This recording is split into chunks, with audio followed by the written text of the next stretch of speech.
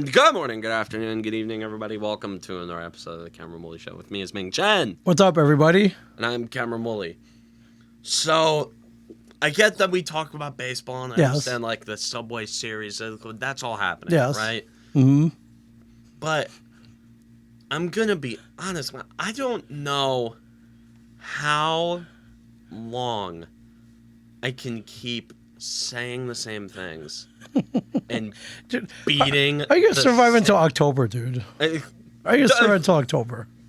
Well, there's football. Football is how I survive until October. So I honestly do not know how I can keep beating this same dead horse for the rest of the summer. Okay. I don't know how I do this. It's literally the same goddamn thing every week. They get a couple of wins that make you raise your eyebrows just a bit, that make you maybe think there's a sliver of a chance that they can right this thing. Yes. And then they end up doing what they did last night, which is lose to a team that has probably killed people. Sure. The Mets have killed people. The Mets have probably killed some of their own fans. Let's be honest. Probably. The Mets, how long they've been around, how long they've been making people miserable? Sure. Well, they've probably put multiple of my friends in institutions. And I swear, last night, there have been a lot of bad losses for the Yankees this year, and there have been a lot of moments where they have been embarrassing. But last night? But making this joke of a team look like the 86 Mets? Without the, not even fueled by any cocaine, by the way. No cocaine. No coke. They're sober. They're stone sober. And they scored 9 runs on you. 9 runs on 12 hits. I knew the Yankees were losing this game going in because it's the Mets and they always show up to play the Yankees. And on top of that, it's Verlander on the mound. So it's like, okay, this game's over. And Domingo Germán, who I hate that Domingo Germán is going to be immortalized as a part of Yankee history because of his perfect game. And he's going to be looked upon as this great pitcher. But the fact of the matter is, in his last 7 starts, and including his perfect game, he has an ERA over 7. Including the perfect game. So yes, that's including. So within there, mixed in there's a big goose egg.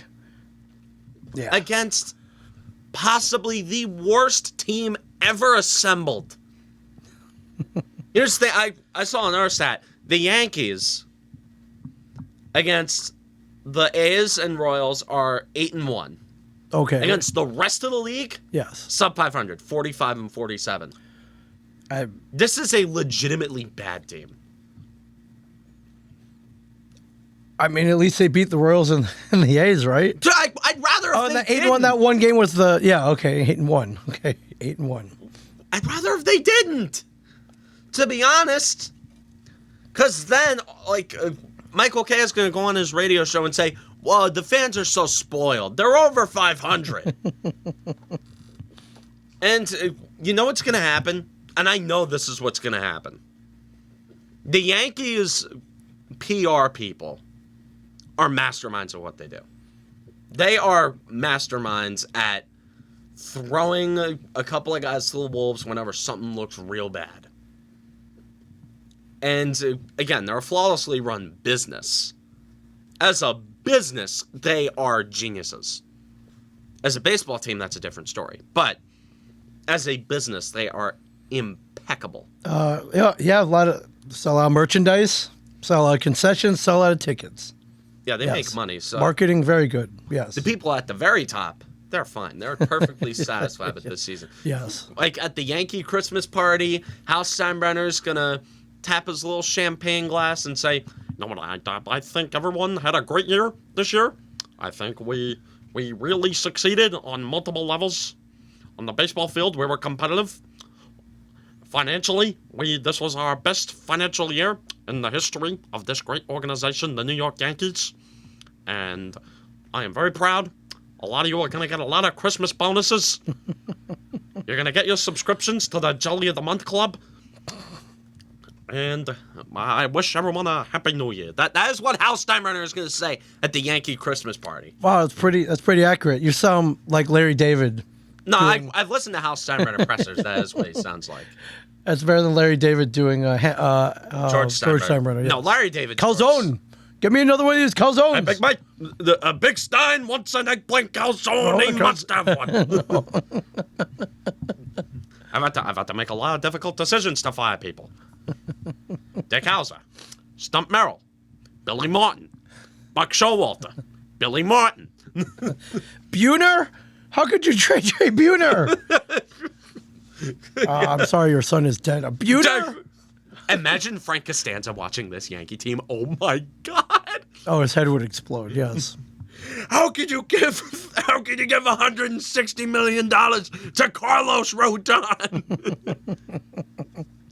Aaron Hicks? Yes. How could you give $70 million to Aaron Hicks? Yeah, so Domingo Germán, 6 innings, 7 hits, 6 runs earned, 1 walk, 9 Ks, 3 dingers allowed. Daniel Vogelbach. Daniel freaking Vogelbach hit one out. Who's best gonna be remembered as a Met for making Frank Fleming call him fat? Yeah. Who's best gonna be remembered for being nicknamed Vogel Fat? Too easy. Come on. Well, he put that weight. Put that weight into the ball, man. Danny Burgess. 406 feet. That guy on TikTok. He calls him Danny freaking Burgess. Yeah. And Alonso owns him, by the way. He's like, geez, man. Dude, crushed Pete 2 Alonso's home always runs. on the Yankees. Crushed 2 home runs, Dude, man. Pete Alonso sweats his balls off in the most random situations. The home run derby and the Yankees. Yes. The Mets are like, remember when the Philadelphia Eagles were really bad? And Sure. they'd like win 4 or 5 games a year, but they'd always at least take 1 off the Giants. Yes. Automatic. That's the automatic. Mets. Yes. That's the Mets. Yeah. I think the last time the Yankees swept the Subway Series was in 2017. So it's a bit more frequent, or it's a bit more recent, than the Giants last sweeping the Eagles, which was in 2007. For those who weren't paying attention, that was the year Super Mario Galaxy released, and George W. Bush was still president. So that that's your that's how you date things, by game releases. By game releases and who was president. Yes. Fair enough. The last time the Yankees won the pennant, that was the year Modern Warfare 2 came out. And then the original Modern Warfare 2, the good Modern Warfare 2, not the crappy one that they have now. Yeah. Although, that one's not terrible. I just suck at it. So. All right, which then thus makes it terrible. Yes. Hey, what are you doing on August 2nd? It's John and Susan T-shirt night. Dude, listening to them calling a Yankee game. Do you listen on the radio? When you have to. No, when I have to. Like, all right, I'll flip them on if there's no Orioles game on. I'll flip on the Yankees. Dude, John Sterling and Susan Wellman, they don't have to have as much of a filter as Michael Kay. No. But like, listening to them just absolutely dismantle this team every night is so funny. Yeah, you're right. They can speak a little further than everyone else. Oh, so what are they going to do? Fire them? If they fire John Sterling and Susan Wellman, oh no, we'd be at the stadium. Oh no, there'd be riots. Really? They're that beloved? Yes. What? They can't simply fire them? No, I guess not. Dude, John Sterling. Dude, if the Yankees broadcasting was a meritocracy, John Sterling would have been fired years ago. Right. So do you know how much that guy screws up on the calls? Oh, yeah. It is high. It is far. It is a foul ball. The ball's high. It is far. It is gone. Never mind. It was caught at the base of the wall. Oh, here, I got a clip here for you. Look, when he was hit by a foul ball. Yeah, it was pretty funny. Now the 3-2 swung on a pop foul back here. Ow! Ow! Ow! It really hit me. I didn't know it was coming back that far. So once again, poor guy. 3-2. And Holmes ready to deal. Poor guy. A ground ball to third. Poor guy. He still kept going though. Dude, Got the clocked in the guy's in face, his man. 80s. He's like, "Ow, that really hurt. I tell you, that really hurt. That really hurt." That was fun. That was pretty fun. Hey, he's supposed to give play-by-play. And he did. That's his job. Without a hit. Without a hitch, man. Hats off. I'll give him points for that for sure. For sure. Yeah. You're right. There'd probably be riots if. He really does have a face for radio. Oh Well, my god. Okay, that too. Oh, John. That dude's in his 70s now, though, right? Dude, he's in his 80s. 80s? All right, you gotta really give it up for him. Oh, good, yeah. good for you, John. Good Although for you, he's John. always had a face for radio, though. Good for you. Well, if you're the first 18,000 fans on August 2nd, free T-shirt. John and Susan. Okay, but as I was going to say Okay, before about the Yankees being Yes. and throwing someone to the Wolves, I think after this year, this is when Aaron Boone gets canned. Really? Yeah. If they don't make the playoffs, it's over. Yes. When they miss the playoffs, I think Boone gets canned. I mean, Because they're starting to get into a situation where the heat is starting to come on a little bit. The optics are starting to get bad.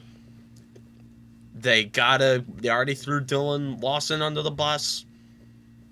Then they're gonna throw, and I guarantee this is what's gonna happen.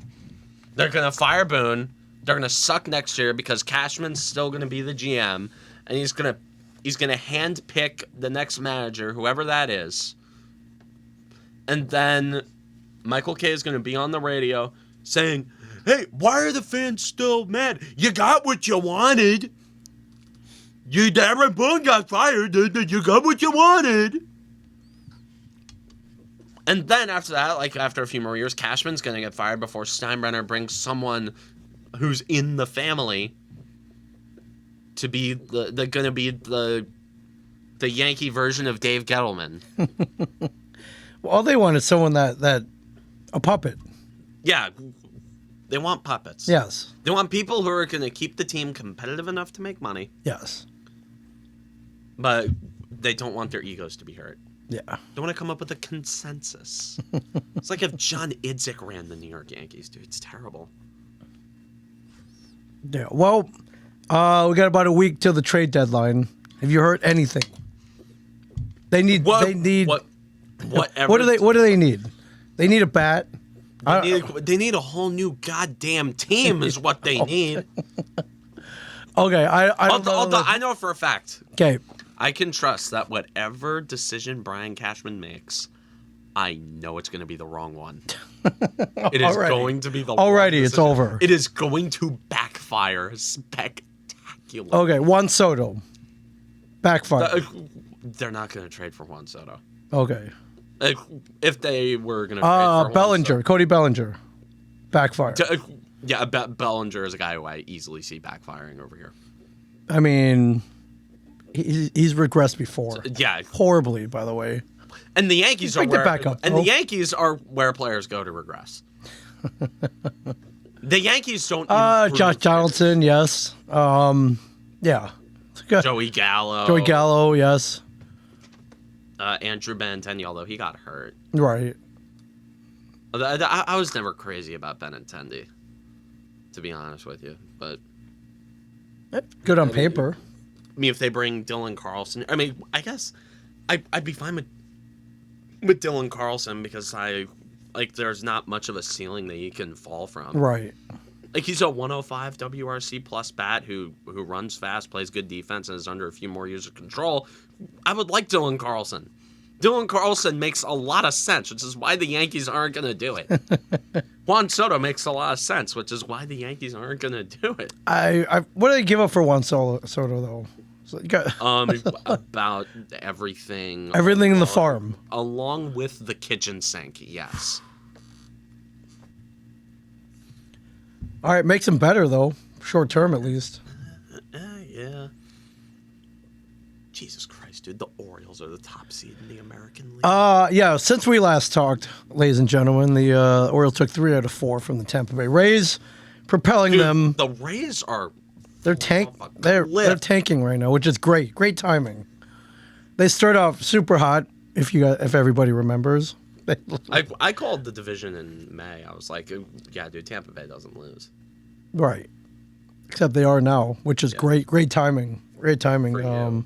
Yeah, for us. So. What's so messed up is that, like, if the Yankees knew how to play decent Oh, yeah, baseball, they'd be up there, too. They'd be in the No. divisional race.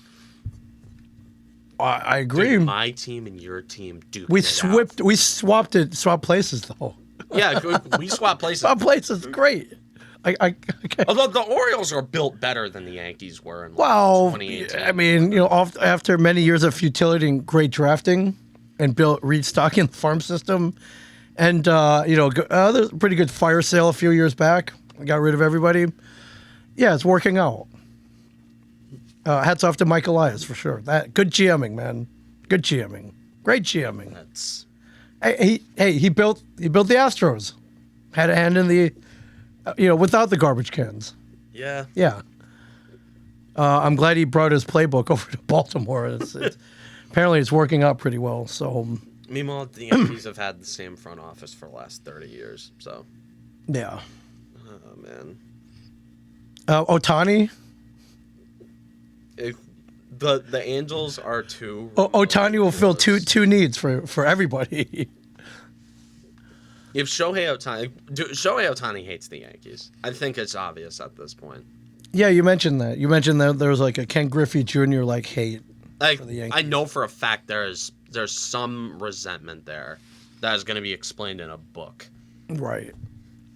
Because they did try to sign him, right, back in whatever, 17, 16? They didn't really try to sign him. Okay, they inquired. Yeah, they inquired. Okay. They brought in Hideki Matsui. They tried. Or the air quotes, they tried. They tried. Well, yeah, last I think he wants to stay on the West Coast. I think he's a Dodger. really. Or maybe the Angels bend over backwards and give him $800 million. Well, they do have Disney money. Dude, Disney is like, I don't know if you've been paying attention, dude. Disney is bleeding right now. They got money to bleed, though. They got a big blood bank. Still. We'll put it that way. Dude. Right. Dude, every single one of their major projects has blown up in their face the last few years. Just make more Star Wars stuff. They'll be fine. Dude, Marvel's fallen off. Dude, Star Wars is... Dude, we've talked about how much Star Wars has fallen off. Sure, but people Dude, the movies, which is what makes them the most people are money. still buying stuff, though, man. Star Wars will never die. I know Star Wars will never die, but it's like they've done a number on it, dude. Yeah. Well, It made people love the prequels. that's bad. Dude, I'm sorry, dude. The prequels are fine. Revenge of the Sith is a genuinely great movie. It's good. The other two, Good, just good. Okay, the worst prequel in my opinion is Attack of the Clones, and that's only because of the horrendous dialogue. right? Well, here, what's worse, the prequels or the last three? The sequels. So the last three, the 7, 8, 9. Yes, they have done irreparable damage. I might have to agree to with you there. The continuity, dude. The Force Awakens was entertaining. Like, I was fine with the Force Awakens when it came out. Right, which But is that was because, basically like, it's a New Hope remixed, basically. but that was because we thought they were going to answer the questions that were set out. They Like, never did. like who's Snoke, who's Rey, Nope, who's never answered. Who's Captain Phasma? Not answered. Like nothing is. like So all many of the loose ends. interesting stuff. Yeah, And never then tied up. the Last Jedi, I think, was what really started to set everything off. Right. That was what made everybody notice the flaws in Force Awakens. That Yeah. everyone forgot. It's like, oh wait, Rey had just discovered what the Force was. Right, Like just automatically. 12 hours ago. And then Automatically, she she's laying waste to like she can Sith fight. Lords. Right. Like she can go toe to toe with a Kylo Ren. Skywalker. Yes. Like, Yes. Yeah. and at the time, I'm sorry, there was no way that she was considered to be a Palpatine at that time. No, No, they she- rewrote. Like, how do we get out of this? She's Palpatine. Okay, She's a done. Palpatine. She's Palpatine. Okay. And The Last Jedi had a couple of good themes. I will say they did have a couple of good things Right. in it. Like the whole idea of like the fight between the Jedi and Sith and light side and the dark side Right. is useless. It has bred thousands of years of war and murder and all that. And like it's time to stop. It's like that was a good thing about it. And also the whole thing that, like, Rey's parents are Nobe. It's like what that could have been a cool, like, idea. I personally thought she was a Kenobi. Because she Oh, yeah, me too. That's what I wanted. She had the accent. That's what I wanted. Yeah. That's what I thought it should have been. Although, honestly, Finn should have been the main character of that trilogy. Dude, Stormtrooper turned Jedi, that would be awesome. that would be pretty cool. That would have been awesome. I would have liked if Rey turned to the dark side. Yes? No, Rey being a Palpatine could have worked if, like, you know that scene in Rise of Skywalker when she uses Force lightning and blows up like a prisoner frigate, Yes. and like Chewie was supposed to be on that bus. Imagine if, like, she actually killed Chewie, and that could have screwed up her emotions, and then she could have turned to the dark side, and then Ben Solo could have fought her in a duel and could have killed her. So the Skywalker name lives on instead of the way it actually went, which was both people being good guys because we can't sell toys to little girls of Rey if she's the bad guy. Right. So it's all yet again, toy marketing rears its ugly Yes. head, changing plot lines, making them worse. It's always the toys. Toys make Yeah. everything. Like, how many Like, what do you think Death Troopers were? Okay, Death Troopers in Rogue One were really cool. Yeah, but, all dark. like, what do you think, like, Red Stormtroopers? Oh yeah, cool. It's cool. They look cool. They look cool, but that's like, oh, wait, they just want to sell toys. Sure. Oh yeah, just change the color to darker. Yeah. Like, they remodel AT-ATs. Like, Which they did for Last Jedi. right. Like, they give Rey a different outfit, and everybody was like, dude, that's just supposed to be... They give her a new lightsaber. Repaint, reskin, just reskin her.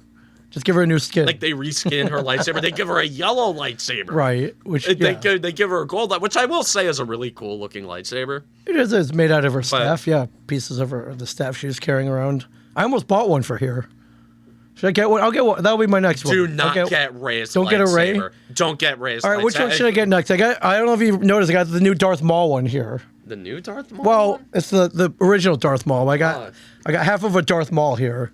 I actually bought it. That's like just one light. That's not Darth Maul. it's It's half of a Darth Maul. I got it at Galaxy's Edge. I didn't buy the other half because I didn't want to carry two of them home. you didn't want to carry a double And now, lightsaber. but now when I got home, I was like, shoot, I should have bought both of them. I regret it. Yeah, you should have bought a double. Should have bought them lightsaber, both. Don't know why I didn't. So which one should I get next? We get Ahsoka's. We could get General Grievous. We get Although General Grievous's lightsabers are just got four of them. By Wait, the what way. about a Count Dooku? Count Dooku? His is kind of curved, I think. Count Dooku's Yeah, pretty cool. yeah, I've personally always resonated with Count Dooku as a Star Wars character. Okay, just evil. This is way more fun than You talking resonate about with baseball. evil old men. Dude, Count Dooku's not evil though. Guess you're right. Evil's Dude, relative. you saw Attack of the Clones. Yeah. It was like he gave it. He spilled the beans. Good point. In front of Obi-Wan. Good point. It's like, listen, dude. The Chancellor's a Sith Lord. Y'all getting played like fiddles. Yes. What are you gonna do? The dark side is the Sith Lord is controlling this whole damn thing. Yes. And then Obi-Wan just flat out just said, nah. Yeah. He flat out decided to not listen to him. It's like, hey, dude, he's trying to groom your apprentice. Yeah. Although, no, that's what Darth Maul told Ahsoka at the end of Clone Wars. Right. Like Darth Maul flat out. Dude, Darth Maul and Count Dooku are like, they're sort of in their own little place Yeah. in terms like the battle. Because like Count Dooku, like he's not like a total Sith Lord though.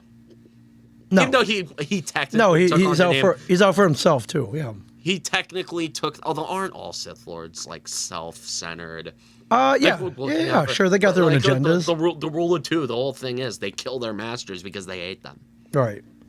No, at least that was until Darth Vader, and then Palpatine just wanted to then he instituted like the rule of one, Yeah. or it was like just one master, and he goes through a bunch of apprentices. Yeah, the problem is because the apprentice you initially had ended up getting burnt to a crisp, and then you had to send him, you had to put him in a tin can for the rest of his life. Yeah, what did Dooku get out of it though? He got his head cut off. Yeah, he got his head cut off, Head decapitated. which was all part of Palpatine's plan. Yeah, by Anakin, by the way. Yeah. Of all people. That was cool. The double. Yeah. That was cool. Dude, Prime Anakin Skywalker is like the most probably. Still whiny. Still whiny. To be fair, we never got to see full Prime Darth Vader. Oh, we did a little bit in Rogue One. No, but that wasn't, dude. That was cool. I'm talking about. Imagine if we got to see Vader like with limbs, like without the suit. Oh, Imagine that. sure. We got to see a little bit of it in Revenge of the Sith, but Obi-Wan, I was like, I don't know how the hell Obi-Wan won that. Higher ground. Yeah, I know Higher ground, he had the Anakin. high ground, but dude, Darth Maul had the high ground over him in the Phantom Menace. That's Darth Maul, though. Darth Maul's the baddest, the coolest Sith Yeah. Lord ever, man. Come on. No, I'm saying, no, Darth Maul had the high ground over him, and then No. Obi-Wan jumped over him. Yeah, I guess. He took Qui-Gon's lightsaber and then sliced Yeah, him in half. but then he jumped out of that Yeah. pit and like cut him in half, and Star Wars fan. Dude, so much of it doesn't make sense. No. That's why it's called sci-fi, science fiction. But Star fantasy. Wars isn't. I don't know if I consider Star Wars to be sci-fi. It's a fantasy. Like, at its core, Star Wars is a story about. It's a Shakespearean. It's a soap opera with lightsabers. Space Yes. fantasy. Yes, it is. I agree with Like, you. it's a fantasy Shakespearean soap Right. opera with Well, lasers. Right. They try to throw some tragedy in there too, as very Shakespearean. Yes. You're not wrong. Dude, George Lucas said Star Wars is the story of the tragedy of Darth Vader. Yeah. That, which, like, another thing that the sequels ruined by bringing Palpatine back. They just made the main character of the entire saga's story and arc just completely pointless. Yeah, pretty much. It's like, God, dude, I hate Kathleen Kennedy. I hate Kathleen Kennedy. I hate Disney. I hate Rian Johnson. I hate J.J. Abrams. I hate everybody involved with Star Wars except for Jon Favreau and Dave Filoni. They'll announce something cool. They'll get you back. They got Okay. you. They got all of us. They got us. There's no escaping. What are we gonna do? Not see Star Wars? Like, what exactly. are we supposed to do? Exactly. What are we supposed to talk about? Exactly. Like, one friend sees it, then everyone's gotta see it. Right. It's like I'm shocked that Barbie and Oppenheimer are making so much waves. Good marketing, because- man. And it's different. It's not Star Wars, not Marvel. Yeah, like, everyone's so sick of. Like, and I'm always like a little when people say like, "Oh, we're sick of Marvel and Star Wars." Right. It's like, dude, you see the movies. And I also hate how like people like blame the writers, like talking about the writer's strike. It's like, well, the writers need to come up with original stuff. It's like, dude, you think they want to write the same Crap? No, they don't. Like, you think But- they want to write the same crap? When the guys writing the checks tell them what to write, that's what comes out. Yes. What are you going to do? That's why... The people who aren't paying them what they want. Right. Yeah. Yeah. Crazy, right? Crazy. At least we don't have to see an SNL sketch about Barbenheimer to ruin the entire thing. We don't have to see SNL ruin stuff for the next 3 months. Right. Yeah. If I wasn't so tired, I'd go to the movies this week. I was San Diego Comic-Con last week. The big one. Oh, you're in was San Diego. cool. Oh, well, how was that? It was awesome. What sneak peeks did you see? Well, Come on. they didn't really me the have any because of sauces. the strike. the strike. Oh, No yeah, sneak that's peeks. right. Oh, So damn. it was all toys and stuff. So, yeah. I mean, it was still fun. You yeah, I had a lot of fun. You get to go to the party. Also, you're in San Diego. Right, it's pretty like, awesome. Like, For the dude, week- how can you be pissed off in San Diego? Yeah. No, yeah, I wasn't. I had a great Like, time. the weather there is literally perfect. I had a great time. Got some cool stuff. No lightsabers. I was looking for the other half of that lightsaber. Didn't find it. You're going to be in Orlando at some point. Yeah, I'll pick up the other one. No big deal. But yeah, it was fun. Yeah, not really any announcements or anything. It was- Like, you gotta wonder if this whole strike wasn't happening if we were gonna see a trailer for Kang Dynasty. Oh yeah, probably. They probably got one cut and ready. Like that is the one. That's gonna be cool. That is gonna be like that is. I am holding out hope for like 2 things in Marvel: Spider-Man and Kang. That's it. Okay, at Fantastic Four. Oh yeah, FF Fantastic Four. Yeah. I want to see if. I'm hoping. I'm praying that they don't screw up the Fantastic Four for a third They time. won't. That's why they're taking so long. Take your time. I'm in no hurry. We've seen it eight like a couple 3 times already. 4 if you count the one that they never released. Yes. There's an unreleased Fantastic Four. Yeah, it came out in the 90s. So basically, you ever heard the story? They made a Fantastic Four movie for $1 million just to keep the rights. They had to make something. Oh man. So, $1 million, not a lot of money. That's like for especially for a superhero Like around movie. the budget, like the first Clerks movie. Yeah, like, came out in 1990. very low They cast a bunch of people who they never told that they were never releasing it. And so they thought they're going to be in a superhero movie. Never told them that they were just making it just to keep the rights. But it's out there. You can get it. I think eventually they did officially release it. Let me see if I find the cover image. The 90s Fantastic Four. Who the hell played Reed Richards? Well, I'll tell you. Yeah, this is it's not big enough, but I'll see if I can find some. Alex Hyde White played Reed Richards. It's a bunch of people you never heard of. But here's so that's you can see it looks like he's in a rubber suit, yes, and it looks like cosplay, right? Like bad cosplay. No, really bad cosplay. I've seen cosplayers do way better. Yes. Well, listen, this is 34 years ago, and they never. Dude, what about Michael Keaton's Batman? Well, they had a budget. They looked fantastic. They had a budget. They had studio backing. Yeah, also like Christopher Reeve's Superman had. Hell, yeah, there's Doctor Doom. Also looks like cosplay. Yeah, it looks like there's a documentary called Doomed, the documentary about Roger Corman's Fantastic Four. So you can, I'm sure it's on a streaming service somewhere. But yeah, not not great, but it's out there.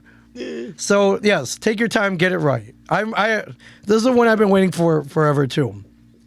Fantastic Four was the comic book that Stan Lee wrote. He was about to quit Marvel, and his wife told him, was like, you know what? Before you leave, write the one comic that you want to write, and then get out of there.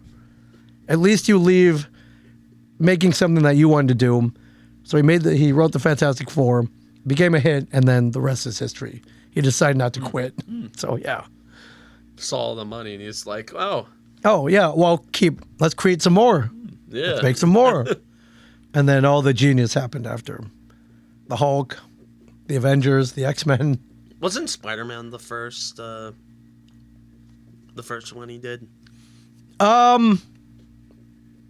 It was. I think it was after. Well, this was a big hit. So. Well, I know wasn't Captain America a thing like way back in the 40s? Yeah, he didn't create Captain America, but he kind of brought it back into the popular fold, for sure. So.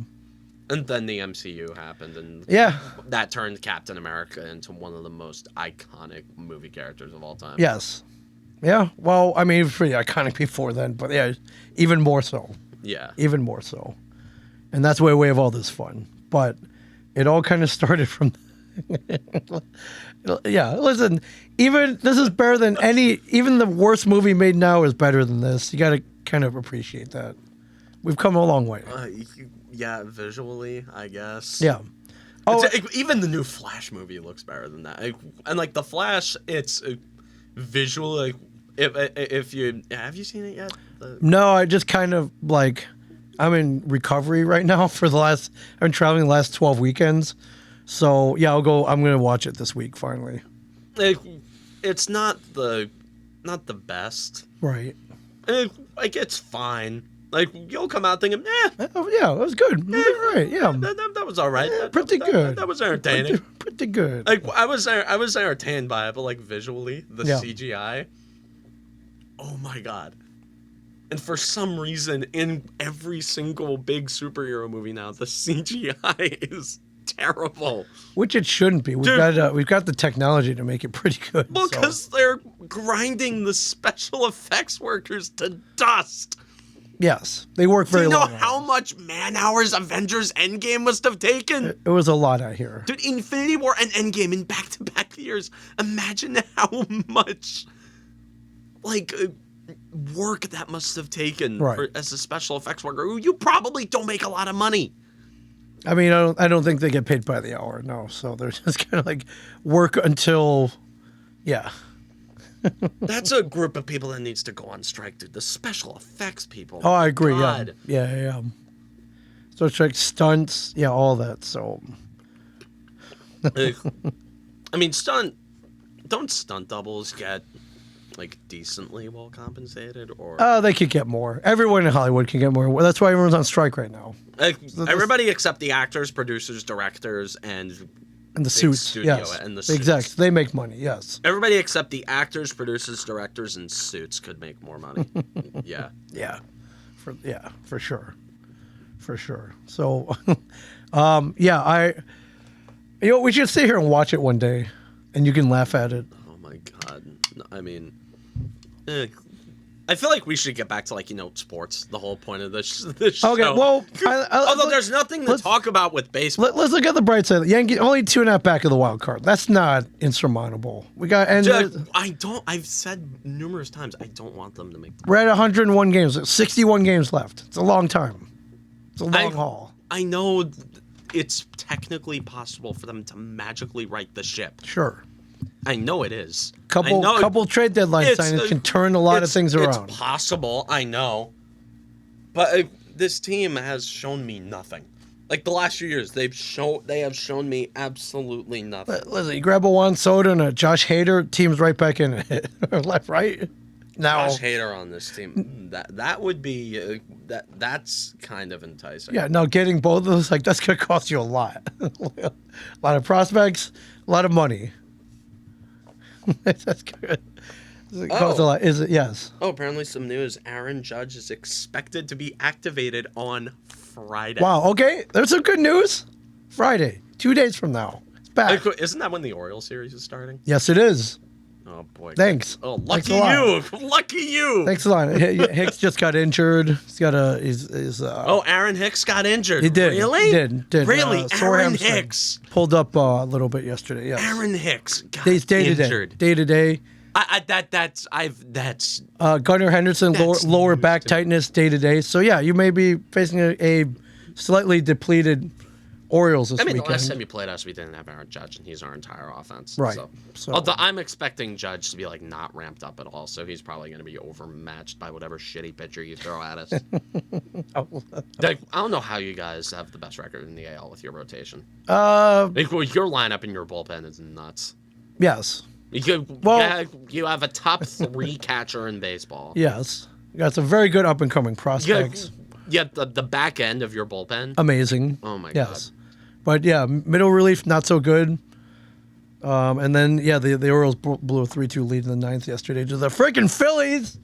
The Phillies, I hate the Phillies. Freaking Bryce Harper is a jerk. I'm holding back here. Can't stand that guy, man. Why do you hate the Phillies so much? It's just Philadelphia. I hate Philadelphia too. I don't have a problem with the Phillies. They're the next thing. First, got the Yankees, of course, at the top of the list of teams to hate. Then you got the Phillies, the Blue Jays, and Blue Jays, and then Phillies. Good point. I think I hate the Blue Jays more than the Phillies. Don't you? I thought you hated the Blue Jays more than the Yankees. It depends on the day. If they're playing the Yankees, of course I gotta hate the Yankees. Every other day, yeah, I think I hate the Blue Jays more. Yeah. Good point. Yeah.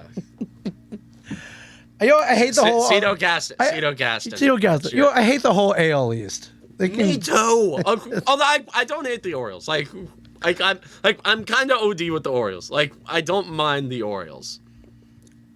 You know what? I hate this division though, man. The only teams in the AL East that I actually like really dislike are the Blue Jays and the Red Sox. Right. It's like the Rays are annoying, but I don't like viscerally hate them. Right.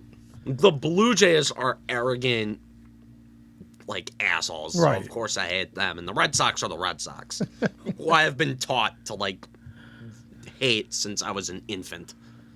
Like, dude, both of my parents are big Yankee fans, whereas like, Yeah. my parents told me bedtime stories about Bucky Dent, dude. Like that. Like, It's good parenting, I guess. Yeah. It's good parenting.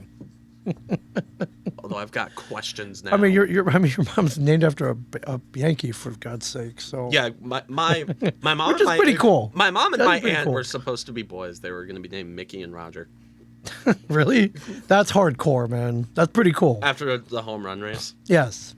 It's like I'm a third generation Yankee fan on my mom's side. Yeah. I'm a second generation Yankee fan on my dad's side. So yeah.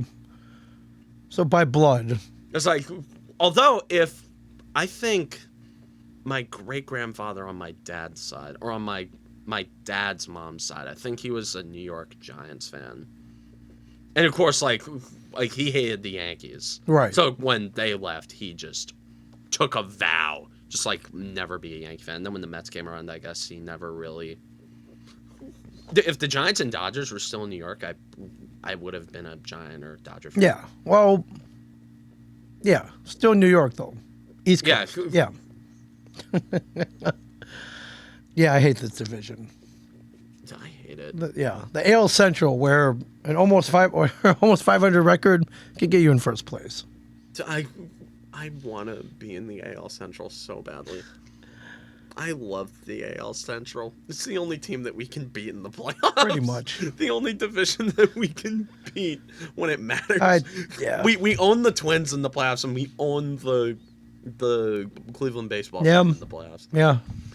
We beat them when they were the Indians, and we beat them when they were the Guardians. Yeah. And then in the West, it's pretty close over there. The West is a two-horse race. Let's be real. So no stock in the Angels. They're not that far back in the wild card. But it is it's Texas and Houston. I don't. It's a care. fight. Both teams in Texas. It's a fight there for sure. Right now Houston's winning out, but barely. But barely. But yeah, Cameron Woolley Show series coming up this week, my friends. Yep. Aaron Judge activated on on Friday. Although he's probably gonna have a day off during that series. Yeah, but Although they can't afford to give him one. They literally can't afford to give him a day off. yeah, but he'll be able to crush balls in Camden Yards this weekend. It's a good Dude, with that good test. ball, I don't know, man. that wall means nothing to him. And in general how the Yankees love to hit at Camden. It's like batting practice to them, or it has been in the past. So yeah, good series coming up. Good series. I would rather not face Aaron Judge. They always throw mistakes to him, but yeah, it should be an interesting series. But as of this recording, Baltimore up 2 games from the Rays. Sole possession of first place in the AL East. It sounds so weird to say. Yeah, it sounds so weird to say. I can't believe Best record in the AL. Also, so weird to say. You deserve this team. You deserve it. You have gone through so much. There are a lot. As an Orioles fan, like you deserve to have the top seed in the AL. You deserve it. You had a great team that's built to last.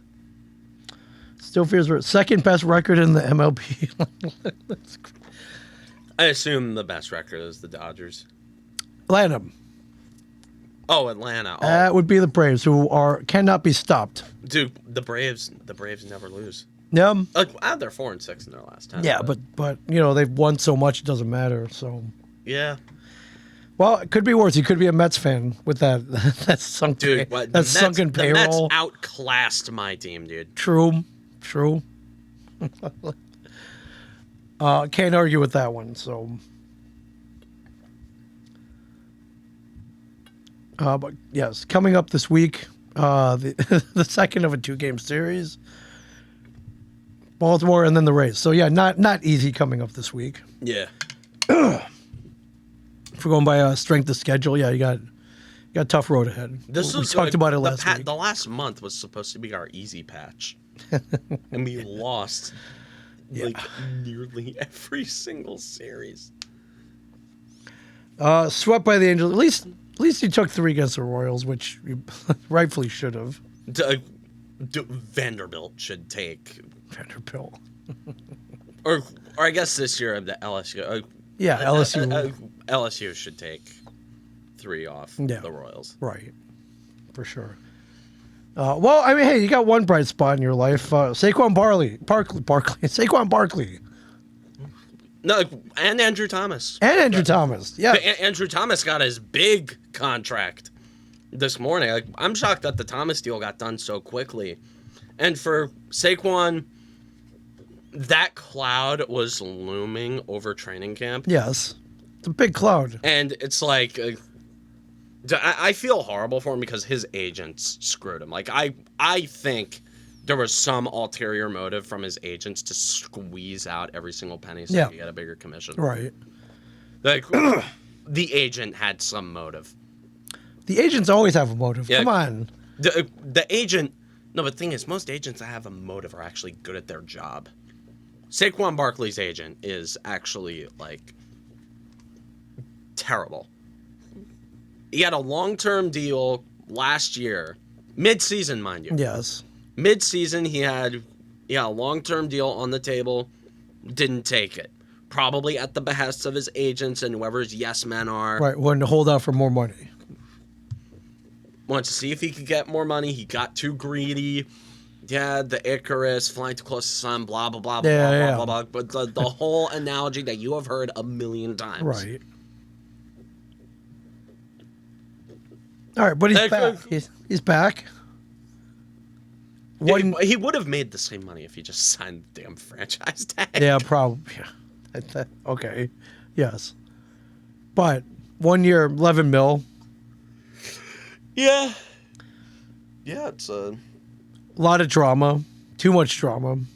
But, I mean, this is happening before training camp, the preseason. Yeah. It's 11 million with 10.1 guaranteed. There's incentives in it. You gotta think this is the future for star running backs in terms of short term. Yeah, big short term deals. Short term with incentives. Yeah. Well, I mean, like you said last week, yeah, they get beat up too easy, man. Like no one wants to. Yeah. The same reason why they should be paid is the same reason they shouldn't be paid. Right. Oddly enough. So what you're telling me is it sucks to be a running back right now. Oh yeah. Yeah.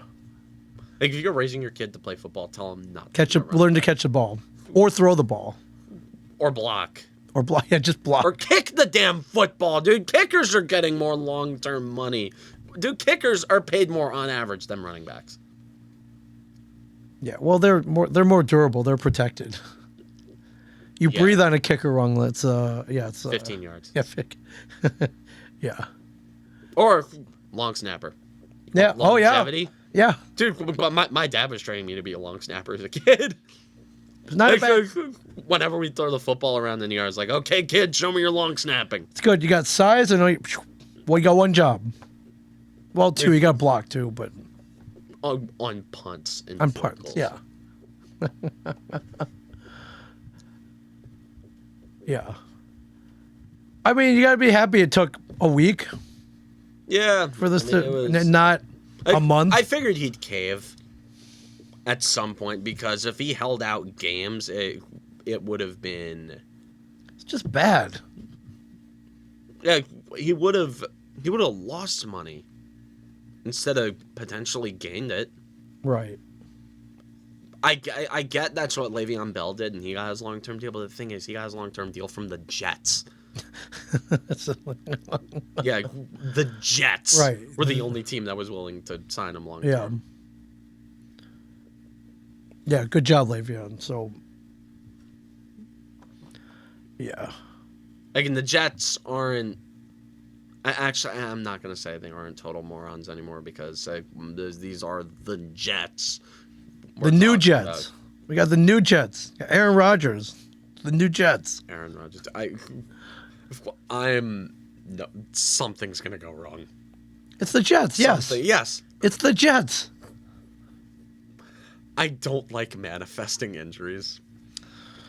Like, this is a podcast. The FCC can't kill me on this. Right. But, like, Aaron Rodgers is going to, like, suffer a season-ending injury. Probably, and then that's it. It's the end of the Aaron Rodgers saga. Something is good. There's a catch. There's always a catch. Right. It's the Jets. It's the Jets. Like, Aaron Rodgers is going to get hurt, and Zach Wilson is going to have to step in and be the starting quarterback again. While the Jets are paying Aaron Rodgers $40 million a year. I mean, yes, that's worst case. Yes, that's probably what's going to happen. It's the worst case scenario, which is usually what happens with the Jets. Why? Because it's the Jets. Now, I'm shocked that Broadway Joe didn't give up his number. His number 12. But let's be honest, how great of a quarterback was Joe Namath? Super Bowl winner Joe Namath. Guaranteed a victory. Yeah, but, like, he didn't throw a single touchdown in that game. He had a negative touchdown to interception. Yeah. Although quarterback was a very different position back then. Sure, but still. Like, still. Phil Simms, in the year he won the Super Bowl, had like 21 touchdowns and 20 picks. And that was considered like really good. Yeah. Although he had the best single game that a quarterback ever had in the Super Bowl. Yeah. So I think he only had like 2 or 3 incompletions. Yeah. 3 touchdowns, yeah. no picks. Like, to him in that Super Bowl against Denver, although Phil Simms didn't really have to do much on that team. No, but the 86 Giants were like a team that like everyone knew. It's like, yeah, nobody is even coming close to beating them. Like, they matched up against the Joe Montana, Bill Walsh, Jerry Rice 49ers in the divisional round of the juggernauts. You know the score of that game? 49-3. Yes, they completely obliterated them. And then they played against the Washington team of football in the NFC Championship. They shut them out. Yeah. 17-0. Yeah. Crazy year. Like, my family at the time, like, granted, it was way before I was even a thought. Right. But, like, my family was like, they were paying more attention to the AFC Championship because that was a way more interesting game than our game, because it's like, like, wait, what? Wait, the Redskins are going to beat us? Please, like, what? We're going to lose? We're going to lose to them? To Washington? What, Washington? Yeah, no, that's not happening. Yeah. Well, shut out. And then they beat although they didn't start blowing out the Broncos in that Super Bowl until the third quarter. I think halftime it was like 12-10. Yeah, but I remember Sims just like everything he threw got caught. Phil McConkey had a circus catch in that game. McConkey. Phil McConkey. Oh, McConkey. Who my grandfather still worships to this day. He's got a cool name. Yeah, pretty cool mustache. Phil McConkey. Good Mark Bavaro. Those Giant teams never really had a lot of great receivers, though. The Giants never really started getting good receivers until like the mid to late 90s. Like, that was when like Amani Toomer, Ike Hill. Oh yeah. And then in the 2000s, it just exploded. Like, you had, like, in the 2000s, you had like Plexico Burress. You still had Amani Toomer. Like, he played forever. Yeah, Plexico Burress, Amani Toomer, Steve Smith. Then later in 2011, you had, like, in my opinion, the best receiver group in Giants history with Victor Cruz, Akeem Nicks, Mario Manningham. Although there was a steep drop off after that, though. Like they had those three, and then nobody else. Right. Like our tight end was mid. Like it was Jake Ballard. Yeah. Like Jake Ballard. Actually, no, Jake Ballard was okay. Decent. And now the Giants have two really good tight ends and mid-tier wideouts. Like we have Darren Waller and Daniel Bellinger as our tight ends. Like I don't know what to make of this Giants team, but one thing I have noticed this offseason, like they also signed Cole Beasley too, who's a solid receiver. Hated him in Dallas, but like I'm like, whoa, cool. He's on our team. Giants, you're fine with it? Yeah. Like I remember him always being a solid slot receiver. And again, it'll be coming off the bench. The floor of this offense was raised, at the very least. Like, when receivers get hurt, there are going to be starting caliber options who are going to be thrown in. Not to mention guys with high upside, like Paris Campbell and Jalen Hyatt. Isaiah Hodgins, I feel like, is a guy who could catch 10 touchdowns a year with his... Like, he's 6'4". So, like, you want to talk about perfect red zone threat. He doesn't drop a lot of balls either. You got Darius Slayton, who has big playability. Yes. Paris Campbell, overall, is just a solid receiver. He seems like a guy who could maybe break out a bit in the right system and have 1,000 yards. Darren Waller, we know, when healthy, and that's the big catch. And that's, like, the one thing I don't like about Darren Waller is that, like, I don't really like a lot of players who, like, their catch is when he's healthy. Right. The only exceptions I'm willing to make are, like, Giancarlo Stanton. Okay. And, like, that's maybe Jack Hughes because he has, like, a tiny bit of an injury history. Right. But other than that, like, I don't really like players who, like, their big catch is like, when he's healthy, he can make an impact. It's like, what's the use of having an impact? If you're not healthy or you're fragile. Yeah. Like, Darren Waller, we know he's a guy who could catch 100 balls a year, get over 1,000 yards. Trying to think about Sterling Shepard. Yeah. Wan'Dale Robinson. There's a lot of upside. And not that much downside with these receivers because the main thing behind this Giant offense is the running game. It's going to be the running game. It was the running game Well, you got year. that back as of yesterday. They got Saquon Barkley. Yes. They got James Robinson, Matt Breida. And so also Daniel Jones. Yes. Like Daniel Jones still got legs. As a running threat makes this offense so dynamic. Like I am intrigued. Like I don't really have that high expectations for the Giants because they were kind of dancing through the raindrops a bit last year. I would not be shocked if they took a step back. And I'm saying this now when I'm thinking rationally and not coming in here and breaking shit, talking about the Giants suck. These losers, fire Dable, fire all of them. when I'm not doing that, I'm saying this now when I have a clear head. I wouldn't be shocked if the Giants took a step back this year. Like if I see progress on the offensive side of the ball, I'd be fine with it. I'm intrigued. Second year of this system. And when I talk about the Giants taking a step back, I'm looking at purely the roster and the personnel. Like I'm forgetting that the tacticians on every side of the ball are geniuses. I'm forgetting that, the main advantage that the Giants have over, 27 other teams in the NFL is Brian Dable. And that is a huge advantage. Not to mention Mike Kafka and Wink Martindale doing their thing. Right. And so, I'm excited to see what Dable does when he gets more and more talent to utilize. All right, and it's heading into year 2, so... And this is the first time that Daniel Jones is going to have a second year consecutively with a functional offensive system. I say functional because he technically had Jason Garrett as his offensive coordinator for 2 years, but we don't talk about that. Also, Joe Judge was his head coach. Yeah. So Daniel Jones, in this system. Again, I'm intrigued. I am very intrigued. This team's floor got a hell of a lot higher during the offseason. I am a bit worried about the defensive side of the ball, but How so? the secondary is still a little thin for my liking. Sure, they drafted Deontay Banks, but drafting a corner in the draft, that's never usual. That's not a sure thing.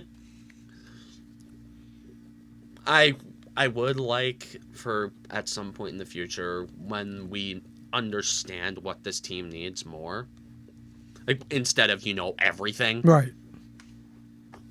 I would like to see them, like, when corner becomes a more apparent need, I would like to see them maybe go out there in free agency or go out on the trade market and sign or trade for a established star lockdown number one corner.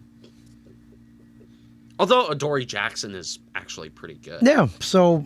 I really like Adoree Jackson. Yeah. I'm sorry, Justin Jefferson was a non-factor in that playoff game. Granted, TJ Hawkinson was the guy who... if the Giants lost that game would have forever been known to Giants fans as the TJ Hawkinson game. Yeah. My dad and I would be sitting there in the net. 5 years from now, we're going to be like... God damn, TJ Hawkinson. Come on, the Giants exposed all of the Vikings' weaknesses. Yeah, well, the Vikings were a house of cards for the whole year. I mean, talk about dancing through raindrops. That's the team. But we knew that the Vikings were a house of cards. Sure. That entire year. Yes, and it crumbled, thankfully, against the Giants in the playoffs. So, yeah. Yeah, it totally exposed them. Totally. Good job. I hope they don't regress. I mean, knowing what you've invested in them gives me something to care about. Also, around campus when there are Giant fans, there's more buzz. Right. Also, when I come back home for break, my dad texts me, but hey, want to come over for a Giants game? I'm sure, hell yeah, I want to come over for the Giants game. Yeah, now I do. Yes, that's good. It feels good. Hey, want to go out for a Giant game? I'm like, yeah, sure. I'd love to go out for the Giant game. It feels good. It feels good when your team wins. It feels good when your team has a chance of winning. Football, when your football team is good, football, it's way more fun. It's festive. It's so much. It's festive. It's a party every Sunday. It's a tradition. Yeah. You sit down. And football is the thing that you can do at home. You can enjoy football at home. It's not like baseball where you get the most enjoyment at the ballpark. And it's not like hockey where you get the most enjoyment at the rink. Right. Football, it's way better to watch football on TV than actually go to the game. Not to mention MetLife Stadium is a giant industrial strength air conditioner. So maybe if we had a stadium like Arrowhead or Jerry World, maybe I'd be a bit more inclined to go to the games. Right. We don't have to. The coverage is so great on TV. I mean, we're giving some of these broadcasters a bit too much. Sure, but I mean, the camera angles and the sky cam and all that. It's scary how well football and TV work together. Right. That's the reason why it's a multi-billion-dollar American institution. Yeah. The NFL is more powerful than the president. Yeah. The NFL has more of a say in what goes on in this country than most people who are voted into political power. Although the camera angles, gotta give some credit to Madden. All the Madden angles, right? Wait, how do we do this in real life? So they rigged up the cameras and everything. I'm going to give all the credit to John Madden. And John Madden football. Madden football. It's in the game. EA Sports. You'll never catch me giving EA Sports any credit. Madden's good.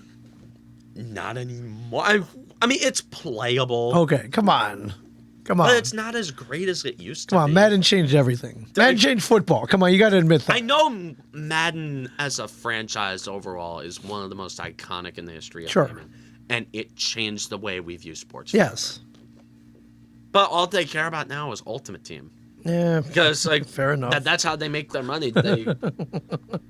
Fair enough. They have 12-year-old schmucks like me when I played Ultimate Team for 1 year who would buy packs.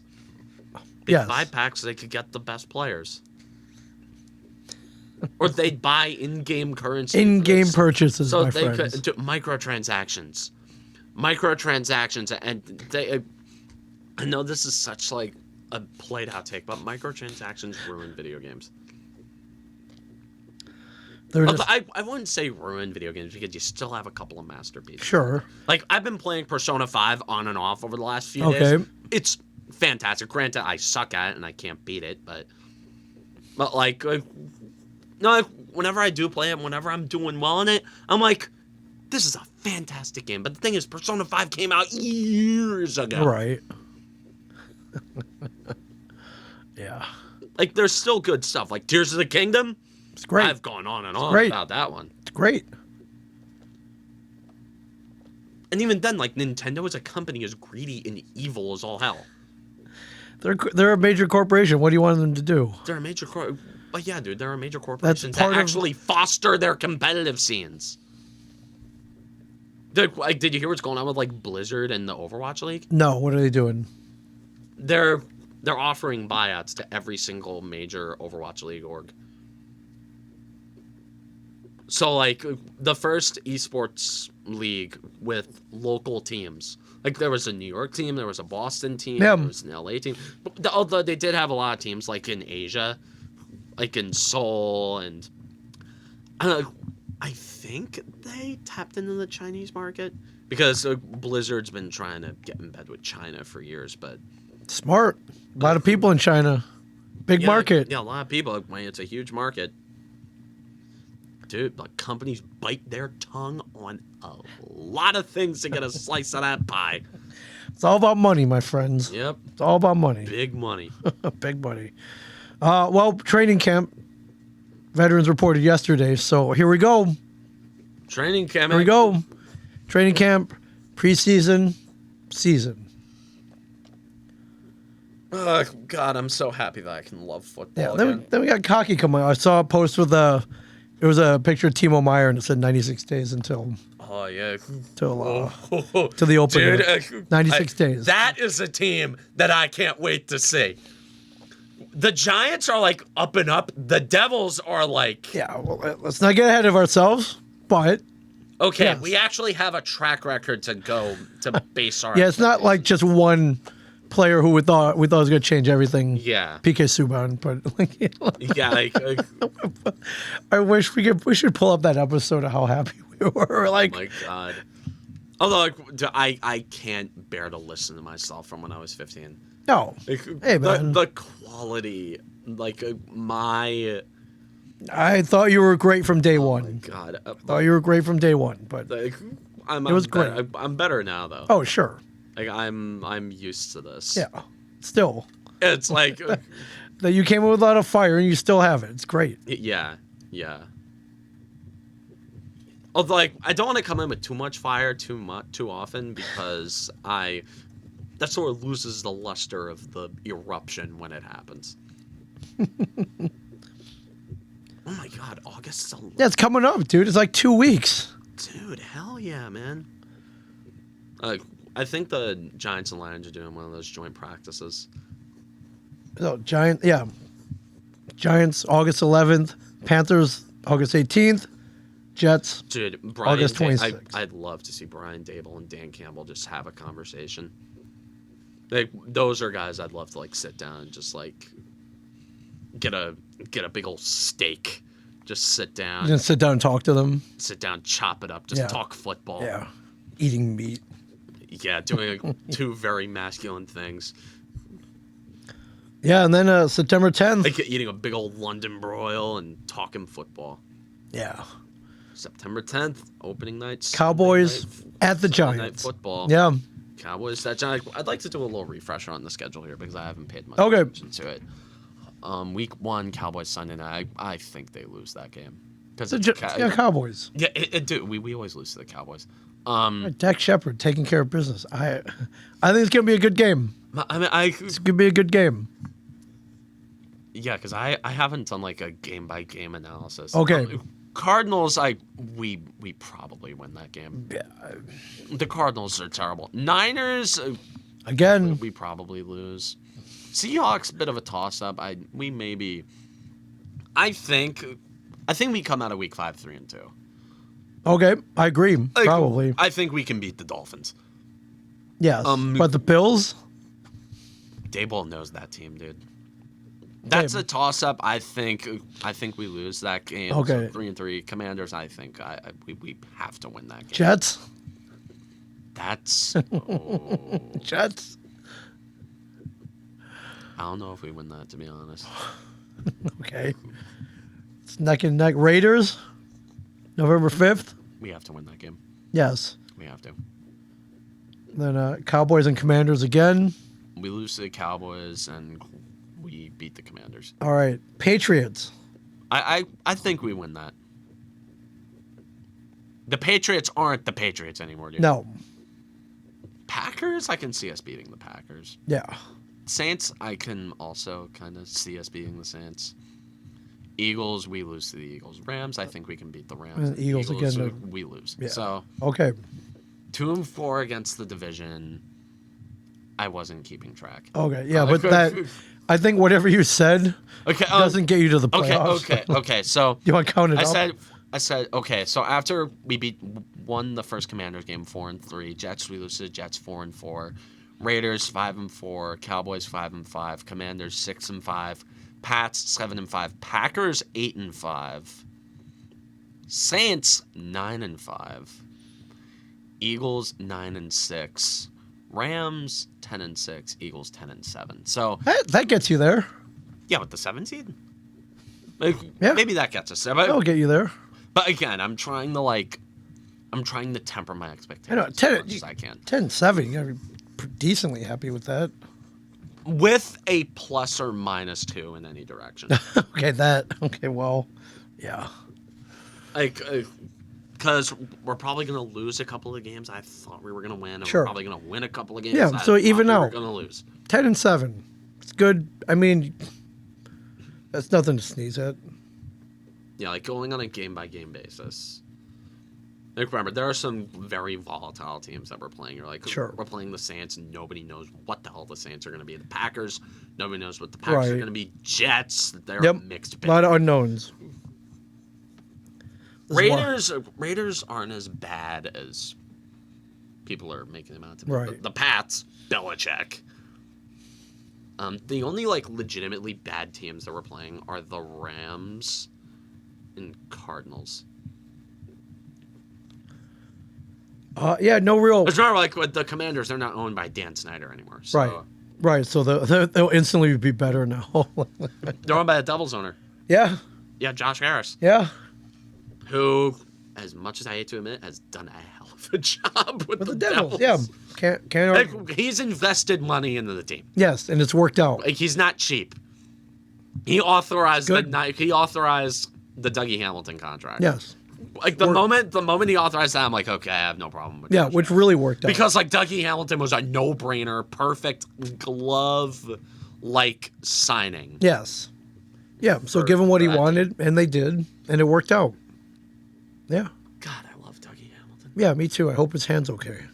Sure it is. His hand will be fine. Dude, imagine if we had a fully healthy Dougie Hamilton The playoffs? in the playoffs. Like, I feel like we take that Kane series to 6. Yeah. Yeah, they were banged up. Dude, that Ranger series took a lot out of them. What are you That going to Ranger do? series, Which took I'm a fine lot with. out- That Ranger series took a lot out of a lot of players. Which I'm fine with. Which this year hopefully they don't even have to worry about. Yeah. Hopefully the Rangers don't even sniff the playoffs this year. Which The Rangers are still going to be around because Shesterkin, Fox, Zibanejad, Panarin, they're all still there. Yeah. Keandre Miller, yeah. like Trocheck, the guys who are still good, or the guys who are good are still there. Yeah. Granted, Tarasenko, he might leave. Although I think he wants to stay. Probably. For some morbid reason, those guys want to stay there. Right. Who knows? And then I saw your tweet. Hats off to Preach Bergeron, who retired at age 38. Solid. Dude, Patrice Bergeron is the best defensive forward in the NHL. Oh yeah, no doubt. I think there's going to be a legit conversation as to where they need to rename the Selke. I The Bergeron. In about 10 years, we're going to see Nico Hischier hoisting the Patrice Bergeron. Yeah, I'm fine with that. I wrote an article recently about like how Nico Hischier is like the next like big Selke favorite in the NHL. And talking about like man, Nico Hischier, he can put up 80 points a year and play elite defense. Yep. And Nico Hischier's defense was a huge reason we won that Yep. series. Yeah, for sure. Rangers. Yep. That's a thing that I don't see being brought up nearly enough about that series. No, or at all. Was how the Devils like top 6 defensively was so much better than the Rangers. Yeah. And how they were built defensively. It's like Patrick Kane has never been able to play defense for the life of him. Tarasenko can't play defense. Yeah. Like on the Tomas Tatar goal, which was really like the John Marino like slicing through everybody, and right. then, like and then, Tatar just happened to be there and put in the puck. Yep. Like I was watching the replay of that with my friends who were Ranger fans. Like I eat lunch with them every day, and we were watching that, and we were noticing that Vladimir Tarasenko did not backcheck on that goal. Nope. At all. Nico Hischier backchecks there. Oh yeah, he prevents that. Tarasenko not so much. Either backchecks, gets in a lane, and I don't know, does something other than stand there. Yeah. Although there are a lot of great forwards in the last like 20 years who have not been able to play defense. To Ovechkin, have you seen him backcheck? Ovechkin doesn't need to play defense. I mean, he should do anything. He should play defense. He doesn't need. Does not need to. He can lay a hell of a haymaker though. Yeah. like if you see like compilations of Ovechkin just like laying out players, it's amazing. It's so funny, like now it's so blatant that he's just standing there trying to farm goals. Like whenever the Capitals are in the offensive zone, he doesn't even move. He just stands at the left circle and waits for the puck. Wait. Oh, boom. Score. Yeah, and it goes in because he's Ovechkin. He's Alex Ovechkin. Yeah. That's what he does. Yeah. I love it. Coming up, though. Coming up.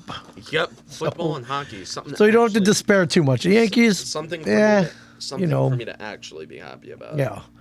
Well, like, in baseball, even like who the hell knows. So by this time next week, hopefully, talk about some good acquisitions. The trade deadline, like that's going to be interesting.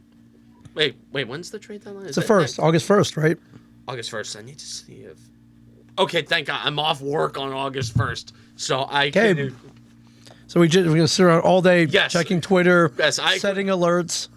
Yes, the war room. So I can sit down at my desk and just wait. Sit on my ass and just. Right. Yes. On Twitter. Yeah. Or I guess now X, whatever the hell. Whatever the hell X. Whatever Elon. X. Get out of here. Yeah. Well, good luck to both of us. The people don't know better want the Orioles to get Ohtani. Not happening. No chance. I mean, who doesn't want their team? No chance. Will he get traded? We don't know. He's not getting traded. I say no. I say no. They're too close to the wild card race. Yes. And they know he's leaving. So it's just like, hey, we might as well keep him around and make like one last desperate push with him. Right. And sell all those tickets before he potentially leaves. They would win a lot by keeping him. Yeah. Yeah. The Angels literally have all of Japan as their market. Right. And but we'll see what happens. Like people in Japan wear like Angels hats. Like I guarantee I could walk around Tokyo and I'd see Angel hats. Yeah. Kind of like when Matsui was on the Yankees. Oh, Yankee hats everywhere. Yeah. So hopefully, good signings on both ends. Orioles need middle relief. They could use some a dominant starter, and a bat wouldn't hurt either. So any team could use bats. Yeah. So we'll see. And they have prospects to trade. They're what do they call? They're filthy rich. They're just enriched prospects. Farm system. Yeah. So we'll see. It'll be fun. So. All right. Anything else? I'm trying. Next week could potentially be very fun. Andrew Thomas's contract is the most guaranteed money at the left tackle position in NFL history. All right.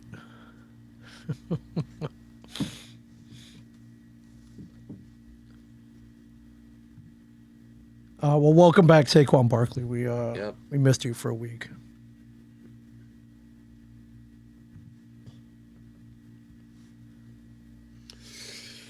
Okay, that about wraps it up from here. So, from Ming Chen and a Shared Universe podcast studio, I am Cameron Mully. Don't forget to like and subscribe. And as always, stay classy, New Jersey.